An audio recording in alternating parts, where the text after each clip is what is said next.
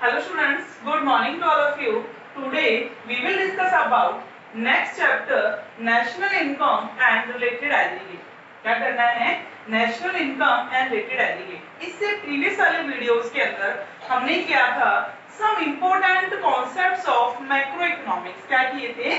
Some important concept of macroeconomics, जिसके अंदर हमने गुड्स के बारे में पढ़ा, types of goods, investments, depreciation reserve fund था. तो वो बहुत सारे इंपोर्टेंट हमारे क्या थे कॉन्सेप्ट थे which are useful while calculating national income. अब है नेक्स्ट हमारा कि नेशनल इनकम. अब हम कहाँ गए? जो हमारा मेन क्या था इंपोर्टेंट क्या थे, कहते हैं मेन पॉइंट ही जहाँ था कि कैलकुलेशंस ऑफ नेशनल इनकम, वहां हम पहुंच चुके हैं कि नेशनल इनकम क्या होती है, इसको हम क्यों कैलकुलेट करते हैं, कैसे कैलकुलेट करते हैं, या which aggregate are included in national income. अब हमें इन सब के बारे में क्या करना है, यहाँ पर स्टडी करनी है. तो सबसे पहले है नेशनल इनकम. तो what is the meaning of national income? National income is sum total of factor income. National income क्या है? Sum total of factor income earn by normal resident, जो अर्न की गई है किसके द्वारा? नॉर्मल रेजिडेंट के द्वारा ऑफ अ कंट्री, एक कंट्री में during the period of time. कब? During the period of time, मतलब during the period of time का मतलब होता है यहाँ पर ड्यूरिंग फिस्कल ईयर, जो स्टार्ट होता है 1 अप्रैल टू 31 मार्च.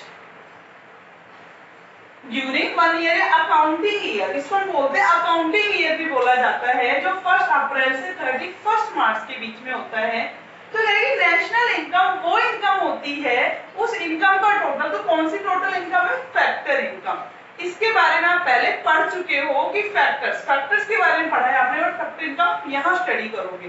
फैक्टर्स से land, labour, capital and entrepreneurial skills थी. तो ये फैक्टर इनकम है जो अर्न की गई है किसके द्वारा? Normal resident. इट मींस कि नॉर्मल रेजिडेंट ही लेना है, बाकी के जो भी पर्सन है हमारी कंट्री में, बाकी के जो भी क्या है पर्सन हमारी कंट्री में, उनकी इनकम नहीं लेनी की, उनकी लेनी है इस कंट्री की क्या है? नॉर्मल रेजिडेंट है. whatever where he or she live, कि वो रहते कहाँ है ये मैटर नहीं करता. मैटर ये करता है कि वो इस कंट्री के क्या होने चाहिए? नॉर्मल रेजिडेंट होने चाहिए. क्लियर हो गया? और वो 1 साल की क्या लेनी है? उनकी इनकम लेनी है. तो यहाँ से 2 इंपोर्टेंट कॉन्सेप्ट हमारे सामने आए हैं, factor income and normal resident. What is the meaning of factor income and normal resident?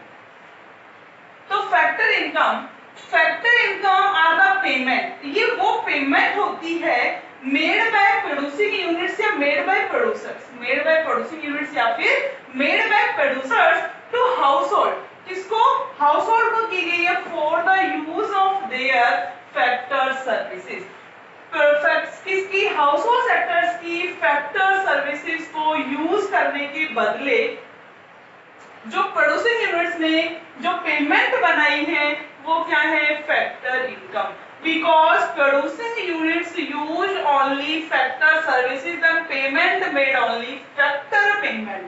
जब उसने फैक्टर सर्विसेज को यूज किया है तो पेमेंट किसने बनाएगा? फैक्टर पेमेंट ही बनाएगा. तो कैसे हैं? Land use by the producing units, it means payment made in terms of rent.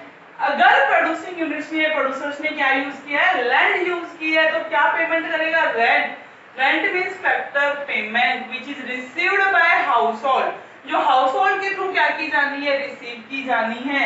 When producing units use labor, it means payment of wages to household in terms of compensation of employees. कि जब भी employ क्या कर रहा है? काम कर रहा है, लेबर काम कर रही है, तो एम्प्लॉयर क्या पे करता है उसको? Compensation of employer. अभी इसमें क्या क्या बीच items are included in compensations of employment. तो compensation of employment includes 4 items या 4 काइंड्स ऑफ सैलरी. जो सैलरी हमें मिलती है उस सैलरी के भी डिफरेंट टाइप्स होते हैं. फॉर एग्जांपल कि आप क्या करते हो किसी भी कंपनी में, क्या करते हैं? एक एम्प्लॉय जब वर्क करता है उसकी सैलरी कितनी है? 50,000. कितनी सैलरी है उसकी? 50,000 सैलरी है. तो ये 50,000 जो एम्प्लॉयर पे कर रहा है वो किसमें? 4 टर्म्स के अंदर पे कर सकता है। एक तो क्या होती है payment in terms of cash, या फिर हम कहें सैलरी इन कैश। सैलरी आपको इन कैश मिलती है। जैसे कई बार बोलते हैं अपनी सैलरी कितनी है, बोले मेरी सैलरी 30, मिल जाते हैं कैपिटल कितने 25। इट मींस कि सैलरी आपको इन कैश कितनी मिल रही है 25, बट आपकी सैलरी अप्रोक्स कितनी है 30 है। तो आपकी 50,000 में सैलरी इन कैश मिल गई। फिर सैलरी इन काइंड्स, सैलरी या wages in kinds. In kinds कैसे मिलता है कि जब आपको कंपनी क्या करती है इन काइंड सैलरी देती है। फॉर एग्जांपल आपको लैपटॉप दे दिया कंपनी ने यूज करने के लिए, कार दे दी है, स्कूटर दे दिया, बाइक दे दी है, या रेंट फ्री अकोमोडेशन आपको रहने के लिए फ्लैट कंपनी दे रही है, तो वो क्या है wages and salary in kinds है। वो क्या है wages and salary in kinds. एक होता है third social security benefits. Social security benefits mainly जो फॉर्मल जो ऑर्गेनाइजेशंस होते हैं, कंपनी फॉर्मल ऑर्गेनाइजेशंस के अंदर अपने एम्प्लॉइज को क्या देती है सोशल सिक्योरिटी बेनिफिट देती है। फॉर एग्जांपल पीएफ है, प्रोविडेंट फंड हो गया, डीए डीएनएस अलाउंस हो गया, टीए ट्रैवलिंग अलाउंसेस हो गया, जो उन्हें अलाउंसेस मिलते हैं कि जिसका वो फ्यूचर में उन्हें क्या हो सकता है जिसका वो यूज कर सकते हैं। तो वो क्या होता है कि वेजेस एंड सैलरी किस वे में दी जाती है as a social security benefits के रूप में। फोर्थ होता है रिटायरमेंट पेंशन। क्या होती है रिटायरमेंट पेंशन? तो रिटायरमेंट पेंशन है ये किसको दी जाती है जिस भी लेबर ने क्या किया अपनी सर्विस दी है, जिस एम्प्लॉय ने अपनी सर्विस दी है उसके कंसिडरेशन से क्या मिलता है आफ्टर रिटायरमेंट एक रिटायरमेंट पेंशन मिलती है। नेक्स्ट है कैपिटल। क्या है कैपिटल? तो interest received by household, interest received by household. Household ने क्या किया इंटरेस्ट रिसीव्ड किया। कब यूज रिसीव किया है for use their for rendering their capital services. जब उसने अपनी कैपिटल सर्विसेज को रेंडर किया उसके बदले से क्या रिसीव हुआ interest. Next profit received by household, profit received by household for their rendering entrepreneurial skills as a services। जब उसने अपनी entrepreneurial skills क्या दी है जो सर्विसेज दी है उसके बदले क्या रिसीव हुआ उसको प्रॉफिट रिसीव हुआ। तो क्लियर हो गया होगा।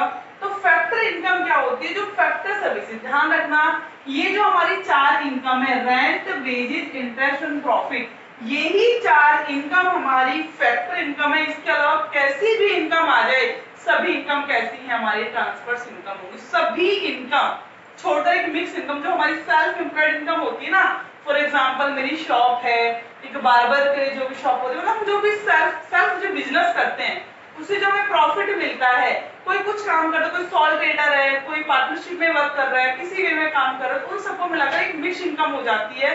बट वो होनी कैसी चाहिए कि हमने सर्विस दी, मतलब कि कोई फ्री में इनकम हमें ना मिले, क्या ना मिले कुछ भी फ्री में ना मिले, जो फ्री में नहीं मिलता काम करने के बदले जो हमें मिले वो सारी इनकम कैसी है फैक्टर इनकम है। तो मेनली ये चार इनकम है किसके अंदर आती है फैक्टर इनकम के अंदर आती है, और ये चारों इनकम ही नेशनल इनकम के अंदर इंक्लूड होती है। चारों इनकम किसमें इंक्लूड होती है नेशनल इनकम में। तो क्या ऐसी भी कुछ इनकम होती है जो फ्री में मिलती है? अब क्वेश्चनाइज होता है कि क्या ऐसी भी इनकम है जो हमें फ्री में मिलती है? बिल्कुल ऐसी इनकम होती है। फॉर एग्जांपल चैरिटी, डोनेशन, एक ओल्ड एज पेंशन कैसी है मतलब कि आपने कुछ काम भी नहीं किया फिर भी आपको क्या मिल गई वो इनकम मिल गई। तो ऐसी इनकम को क्या कहते हैं हम ट्रांसफर इनकम। क्या बोलते हैं ऐसी इनकम को ट्रांसफर इनकम बोलते हैं। कल एक बच्चे ने इसके रिगार्डिंग एक क्वेश्चंस भी पूछा था व्हाट्सएप नंबर के ऊपर, प्रश्न बोलते कि ma'am scholarship is a transfer income और फैक्टर इनकम, जो स्कॉलरशिप है वो ट्रांसफर इनकम है या फिर हमारी फैक्टर इनकम है। तो इस टाइप के जो क्वेश्चंस होते हैं क्वेरी होती है, इसको बार-बार आप पुटअप किया करो जिससे क्या होगा आपकी जो मेमोरी वो डेवलप होगी और कुछ जानने की इच्छा होगी। दूसरा मुझे भी कुछ नया समझाने का आपको मौका मिलेगा, ठीक है। तो अब ये कहते हैं कि जो ऐसी कुछ इनकम होती तो होती है और इनकम को हम बोलते क्या है ट्रांसफर इनकम। ऐसे इनकम बिना काम किए जो हमें मिल जाए, कुछ भी नहीं किया फिर भी इनकम हमारे पॉकेट में आ गई, वो ट्रांसफर इनकम होती है। तो क्या कह रहा है कि factor income are different from transfer income. तो yes factor income are different from transfer income because factor income are earned income, factor income are earned income कमाई हुई इनकम है, but transfer income are unearned income जो कमाई नहीं है बिना कमाई हमें मिल गई। जैसे कि एक सीधा सा एग्जांपल है retirement and old age pensions. Retirement pension, old age pension. जो रिटायरमेंट पेंशन होती है वो कैसी है, फैक्टर इनकम, हमने सर्विस दी थी तब हमें वो आज भी क्या मिल रही है, पेंशन मिल रही है। एक ओल्ड एज पेंशन है, बिना कोई सर्विस दिए गवर्नमेंट से क्या आ रही है, पेंशन आ रही है। तो जो ओल्ड एज पेंशन है वो ट्रांसफर्स इनकम है, और रिटायरमेंट पेंशन कैसी है, फैक्टर इनकम। तो रिटायरमेंट पेंशन वो किसके एग्जांपल, वो किसमें इंक्लूड होनी है, नेशनल इनकम के अंदर इंक्लूड होनी है। बट ओल्ड एज पेंशन को कभी भी आप नेशनल इनकम के अंदर इंक्लूड नहीं करोगे। क्लियर हो गया। चैरिटी, डोनेशंस, स्कॉलरशिप, फंड, ये सारे किसके अंदर आते हैं, हमारे ट्रांसफर्स इनकम के अंदर। क्या कह रहे हैं कि transfers income are those income, ये वो इनकम होती है which are received by a person, जो एक पर्सन के थ्रू क्या की जाती है, रिसीव की जाती है। एज हेल्प, कैसे, एज अ हेल्प, हमने हेल्प कर दी, रिलेटिव्स को जरूरत है, हमने उसको पैसे दे दिए, ठीक है, बाद में कभी देना भी मत, आप क्या उसको यूज करो, वो हेल्प हमने की है, उसने इनकम कमाई तो नहीं थी। डोनेशंस, डोनेशन कर दिया, दान दे दिया, चैरिटी कर दी, वो सारे किसके अंदर आते हैं, ट्रांसफर्स इनकम के अंदर। बट ट्रांसफर्स इनकम को कभी भी नेशनल इनकम के अंदर इंक्लूड नहीं किया जाता। केवल कौन सी इनकम आती है, फैक्टर्स इनकम ही इंक्लूड होती है। तो यहाँ पे क्लियर हो गया कि यहाँ कॉन्सेप्ट्स में हमने फैक्टर इनकम क्लियर कर लिया कि फैक्टर इनकम क्या है और फैक्टर इनकम ट्रांसफर्स इनकम से बिल्कुल डिफर कैसे है। अब नेक्स्ट है हमारा नॉर्मल रेजिडेंट। क्या है, नॉर्मल रेजिडेंट। तो what is the meaning of normal resident? Normal resident, a normal resident is said to be one. एक नॉर्मल रेजिडेंट वो होता है who ordinary reside in the country, जो ऑर्डिनरी कहाँ रहता है, उसी कंट्री में रहता हो, जैसे हम रहते हैं। ऑर्डिनरी हम कहाँ रहते हैं, इंडिया में रहते हैं, इंडिया के कौन है, नॉर्मल रेजिडेंट है। या फिर दूसरा, whose economic interest lie in that country, और दूसरा उसको जो इकोनॉमिक इंटरेस्ट है ना वो भी उसी कंट्री में क्या करता हो, लाई करता हो, वो कौन कहलाएगा, नॉर्मल रेजिडेंट। कौन कहलाएगा, वो नॉर्मल रेजिडेंट कहलाएगा। देखो इसको वन बाय वन करते हैं कि वो ordinary reside in the country, जो ऑर्डिनरी उसी कंट्री में रहता हो, वो ऑर्डिनरी रहता हो मतलब क्या है कि जो वहीं का सिटीजन हो। जैसे कि हमने कहाँ पर जन्म लिया, कहाँ बर्थ हुआ हमारा, इंडिया में, हम इंडिया में ही रहते हैं, कभी इंडिया के बाहर नहीं गए, तो इंडिया के क्या है, नॉर्मल रेजिडेंट हैं।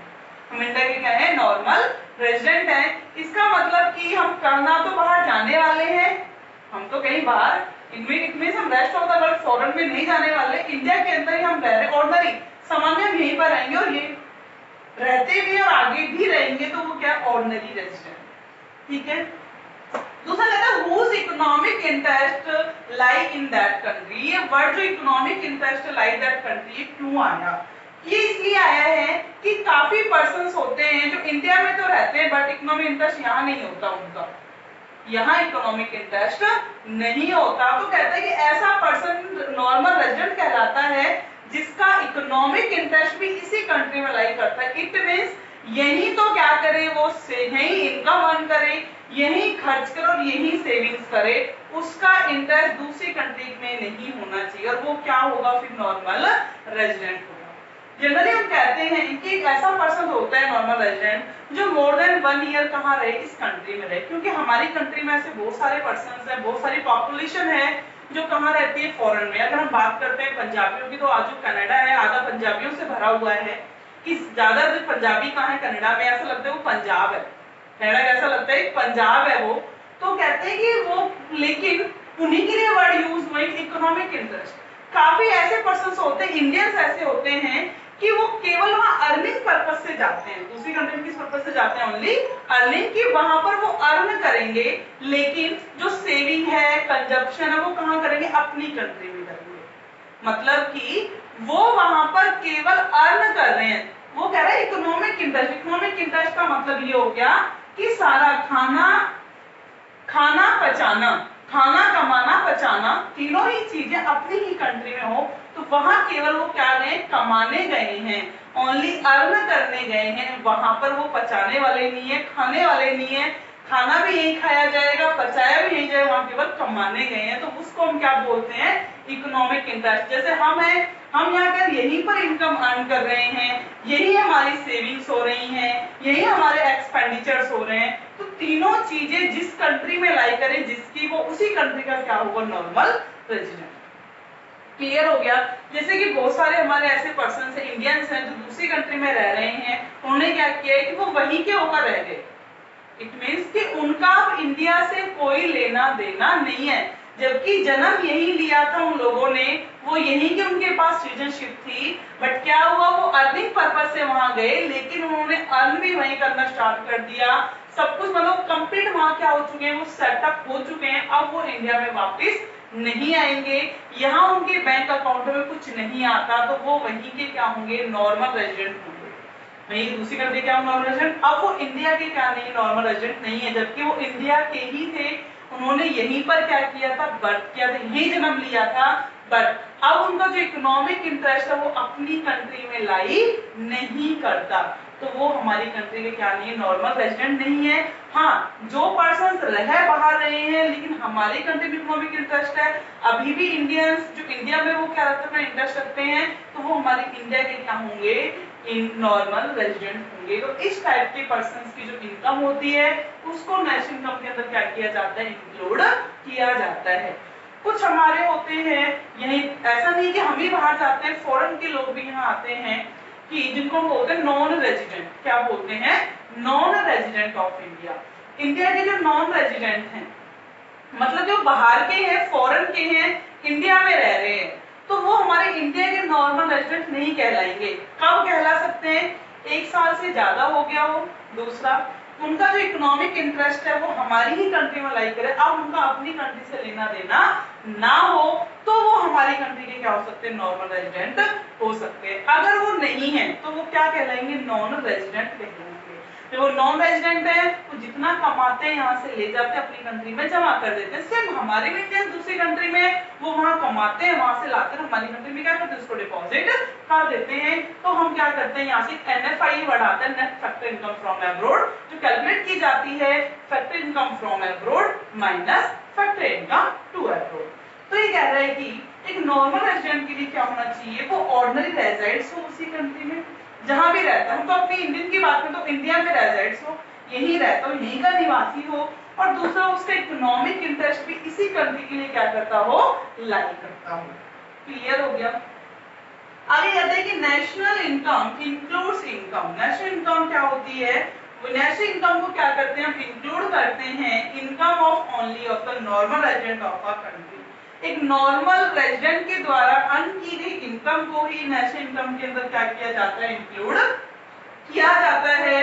It does not includes income of non resident. Non resident की इनकम को आप इंक्लूड नहीं करोगे, क्यों, क्योंकि नॉन रेजिडेंट जैसे दूसरी कंट्री के हमारी कंट्री में हमारे पर्सन दूसरी कंट्री के लिए क्या होंगे, नॉन रेजिडेंट, तो उनकी इनकम तो मंगाने वाले हैं, जैसे हमने मंगाई है तो कोई अपने पर्सन की इनकम भी यहाँ से मंगाएगा, तो वो तो क्या होगी, वो इंक्लूड नहीं होगी।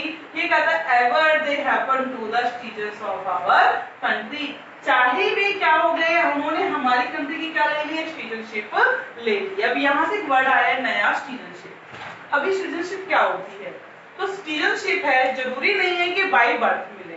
देखो सिटीजनशिप हमें चाहिए कहीं की, तो क्या उसे या तो बाय बर्थ मिल जाती है, जैसे हम इंडिया में रह रहे हैं तो इंडिया के क्या हम सिटीजन कहलाएंगे, सिटीजन कहाँ के कहलाएंगे, इंडिया के, बाय बर्थ हमें मिल गई। अगर ये बाय बर्थ नहीं मिलती, कोई आना भी चाहता है, तो बाय लॉ, कानून के द्वारा वो क्या ले सकते हैं, यहाँ की सिटीजनशिप भी ले सकता है। तो जरूरी नहीं है वो पर्सन जो नॉन रेजिडेंट है, सिटीजनशिप कहाँ के लिए रखी है, उन्होंने इंडिया के लिए रखी है, बट इकोनॉमिक इंटरेस्ट लाई कहाँ करता है, उनका अपनी कंट्री में लाई करता है, तो हमारी कंट्री क्या नहीं होंगे, वो नॉर्मल रेजिडेंट नहीं होंगे। तो आज हमने दो कॉन्सेप्ट यहाँ पर किए जो बहुत ज्यादा इंपॉर्टेंट थे। फैक्टर इनकम क्या है, नॉर्मल रेजिडेंट क्या होते हैं, और नॉर्मल रेजिडेंट के अंदर किसको इंक्लूड किया जाता है, और how two factor income different from transfer income. Clear हो गया सभी को।